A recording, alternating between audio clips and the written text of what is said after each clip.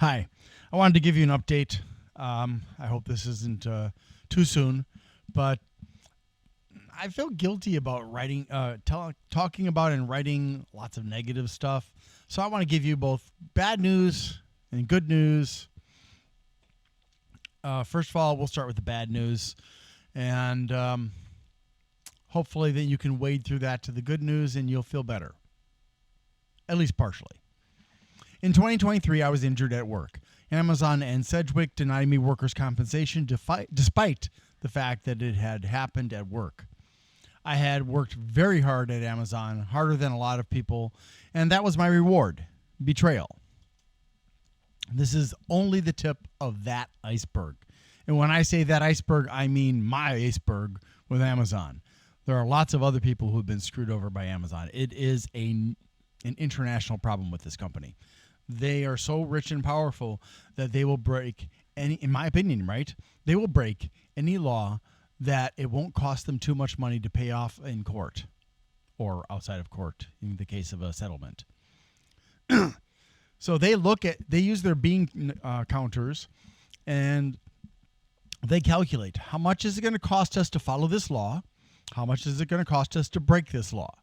And if the amount to break it isn't big enough compared to the amount to follow it, well, then they'll follow it. But if the amount to break it is bigger than the amount to follow it, they're going to break the law until they're caught and repeatedly fined. So my advice to anybody investigating Amazon and other companies that operate this way, and there are a lot of them, is that if you discover them breaking the law one time on something, go back and check again and again and again and pound them so many times with fines that they have no choice but to comply. Because let's be honest here, the laws that were designed and the fines that were stated to penalize a company for wrongdoing are often, for these giant companies, they're like petty cash. They're like, oh, you want $100 million for this to go, to be resolved? Yeah, here you go. They don't care because they're earning more money by breaking the law. Anyways, moving on. Last year, my former landlord screwed me out of my security deposit and the yearly interest that is required by law in Ohio. Late last year, I started having an intermittent issue where my car's engine light would turn on for a day or so and then go off. Then I noticed that my fuel economy was degraded, sometimes by as much as 6 miles per gallon. The code that I got on my reader is 420. I was given new oxygen sensors and had them installed a couple of weeks ago, but sadly they are garbage Chinese sensors that not only don't work, but now 4 malfunction lights are on and my fuel economy is worse, up to 12 miles per gallon worse. So I went from 38 approximately per gallon to 26. It's most likely the catalytic converter, but putting $800 plus according to one shop I go to, or $1,200 plus at the other one that I go to, or more into my car when I don't have a job and only drive a little is not feasible. On December 11th, 2024, Amazon terminated me based on false accusations so that they wouldn't have to pay me short-term disability on top of having rejected my right to workers' compensation. This was the culmination of about 2 years of targeted persecution, manipulation, and emotional abuse, despite all the hard work I did and reporting to them problems, reporting to them about employees who were stealing time, who were hiding instead of working, and so on and so forth. I tried so hard to help, and this is what I got. Since the start of the year, I've had a problem with Medicaid. They weren't paying my physical therapy bills, and they wouldn't pay for my prescriptions either. Given that one of my meds are never supposed to be stopped cold turkey, this was a problem. When my benefits from Amazon stopped, they didn't send a notification or reminder, and I didn't know I needed that for my state assistance for Medicaid and food shares. I had already sent in proof of my final check, my last date of employment, and everything else. But the people at Ohio Jobs and Family Services didn't tell me that I also needed to provide proof that I no longer had primary insurance. Worse yet, I didn't even find out until mid-January that I had to get that proof. And that's when I learned that Amazon only sends out a letter when requested by the ex-employee. So I got that, and I submitted it a couple of weeks ago on the JFS website. I didn't hear back from them, so the next week, at the start of the week, I called JFS. Anyways, I can't get full-time employment because I have physical therapy 2 times a week and sometimes doctor's visits, and it's hard to find a new job where they'll be accepting of that. Any company that does care has so many applicants that I won't even make it to the first round of interviews, let alone the larger companies that don't care. The last time I tried to get remote work in 2018, I spent 6 months, and the only job offers were for either $10 an hour, the same wages as I'd earned in 2001, but much higher expenses, and scammers. Yes, I had scam offers. Yay. Well, I got my revenge on the scammers because I contacted the job website that they had posted on, and I got them kicked off. Around the 27th, I ran out of Zoloft for depression and anxiety, which is not something you're supposed to suddenly stop taking. And then I ran out of my statin a few days later. Last week, well, as a result of that, I started having withdrawal symptoms, which includes brain fog and confusion and dizziness, and so on and so on and so on. Last week, when I called to ask when they'd process the proof of end of benefits that I'd uploaded, the Ohio JFS person said I had never advised them that I had a primary insurance, which was pretty much of a shocker to me because I had told the interviewer in 2022. She asked for the info on my Blue Cross Blue Shield card, which I gave her, and she said she had to escalate it to the state headquarters because they hadn't known. Ah! I waited all week for any news, but got none. So, yesterday in the morning, I called and I spoke to a woman who also said I'd never told them when I had, to which I replied that, and I explained that I couldn't pay for physical therapy and get my prescriptions filled, and that suddenly going off Zoloft was giving me withdrawal symptoms. She told me I had to send in a photo of my Blue Cross Blue Shield card. So I asked, why wasn't I told this last week? To which she replied that it depended on the state's decision. If only the interviewer had done their job and noted that I was on primary insurance.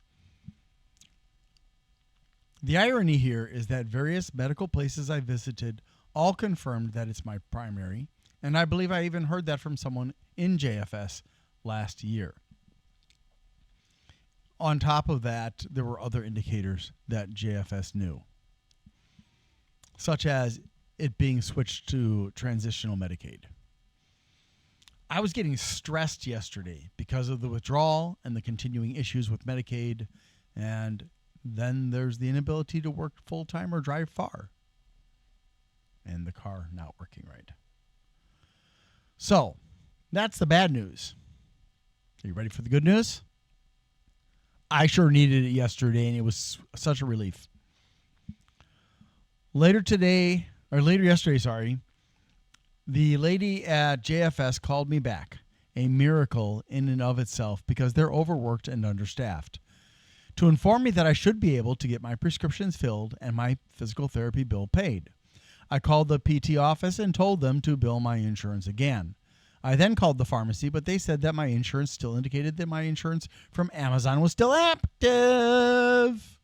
Plus, I found out this morning when I went for physical therapy that it still showed that I had a primary insurance.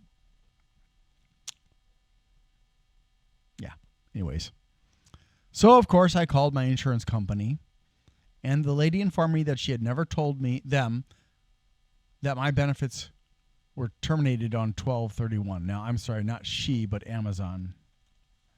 Now, this is a little bit confusing for me, and given that I was suffering from brain fog and so on from the withdrawal, I had to have her explain it to me. So somehow, despite the fact that I had submitted the documentation stating when I was terminated and when my benefits were terminated, it didn't matter.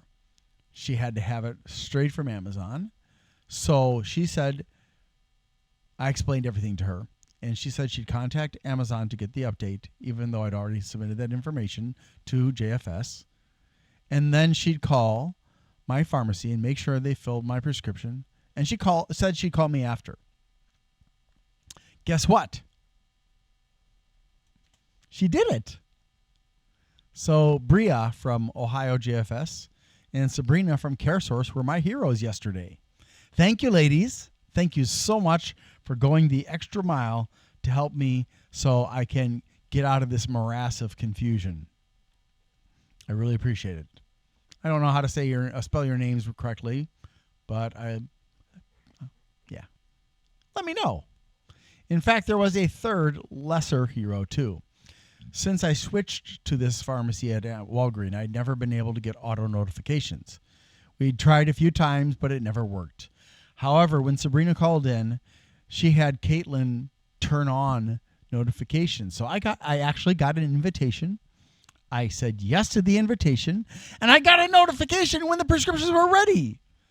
So that was exciting because I've been going for, all these months without any notifications and having to, always contact Walgreens and where's my prescription? I haven't received notifications. Well, anyways, but that's in the past now.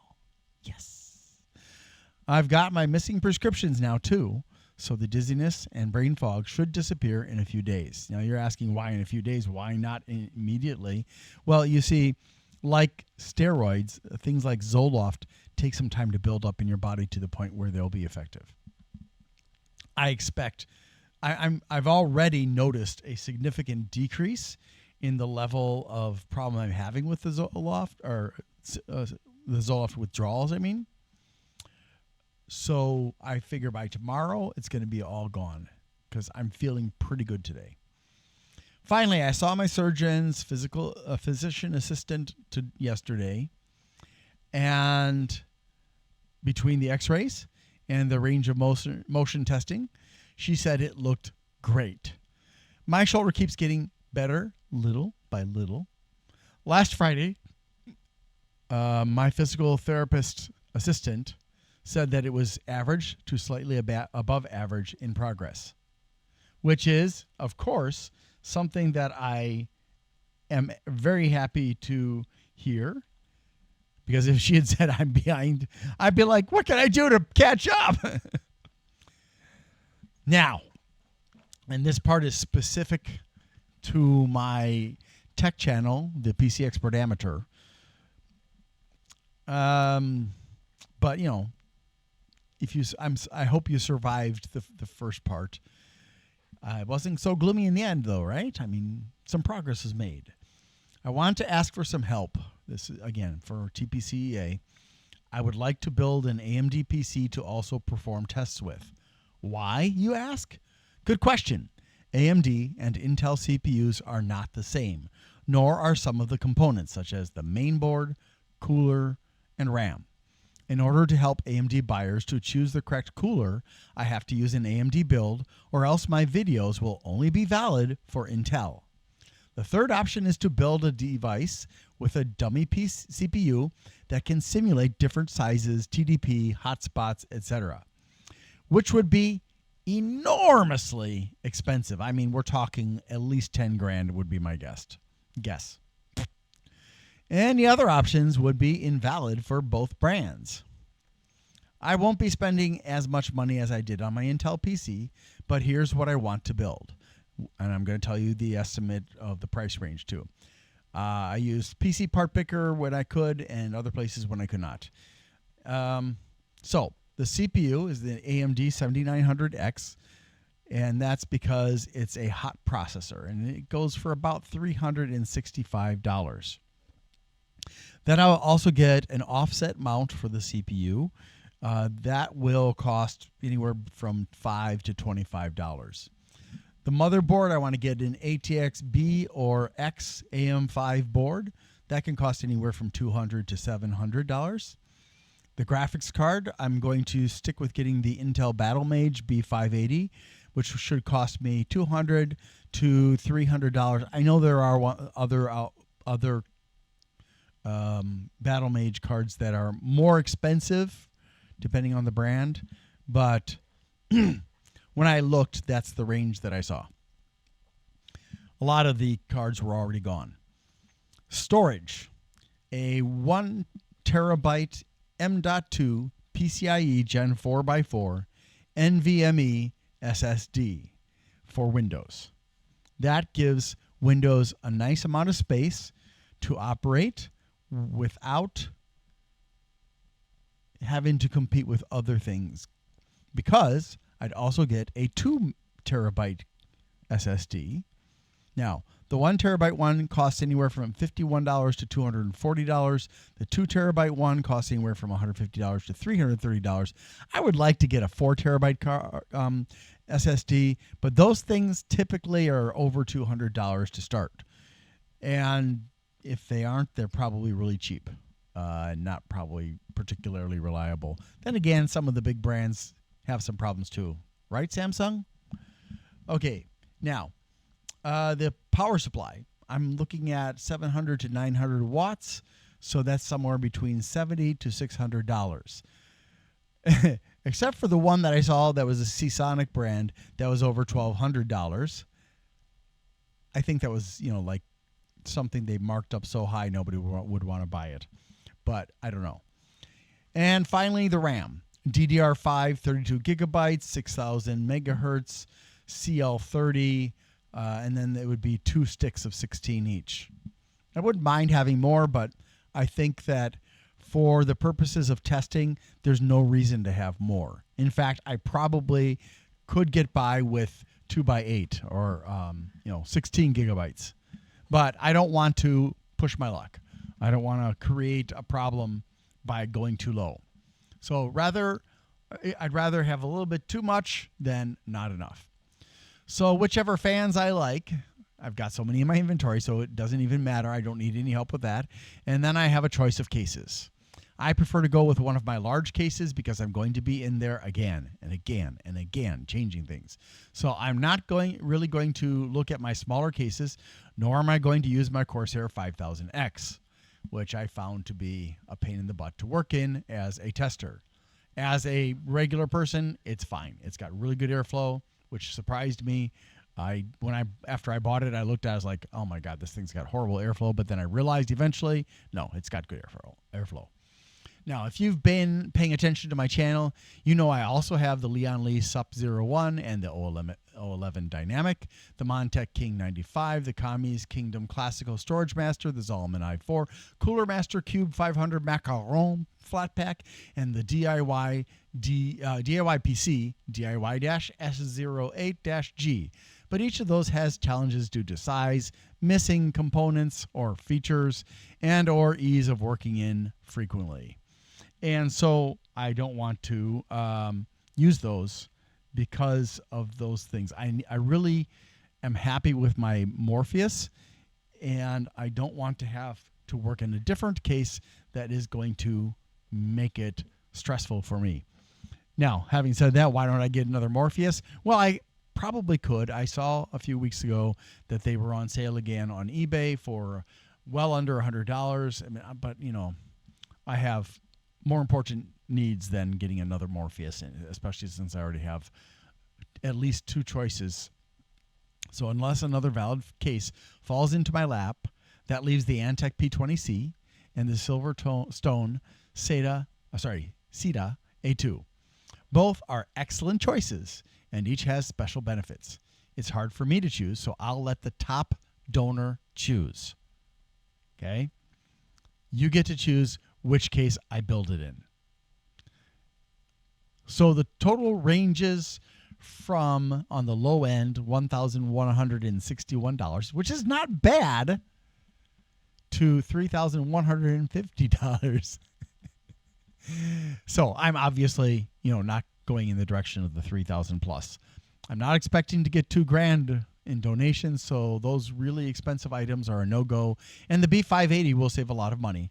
Plus, I have the case and fans. I'm pretty sure I can get all that stuff, decent quality, for the minimum if needed. Realistically, however, it'd be closer to $1,500, I'd guess. If I catch a sale or two, it could even be less than the minimum, though. So that's the target goal for buying the parts for this build. Please spread the news and help me raise the money to build this PC. Thank you very, very much for taking the time to watch and listen through this very exciting video. I really appreciate it. Have a wonderful day.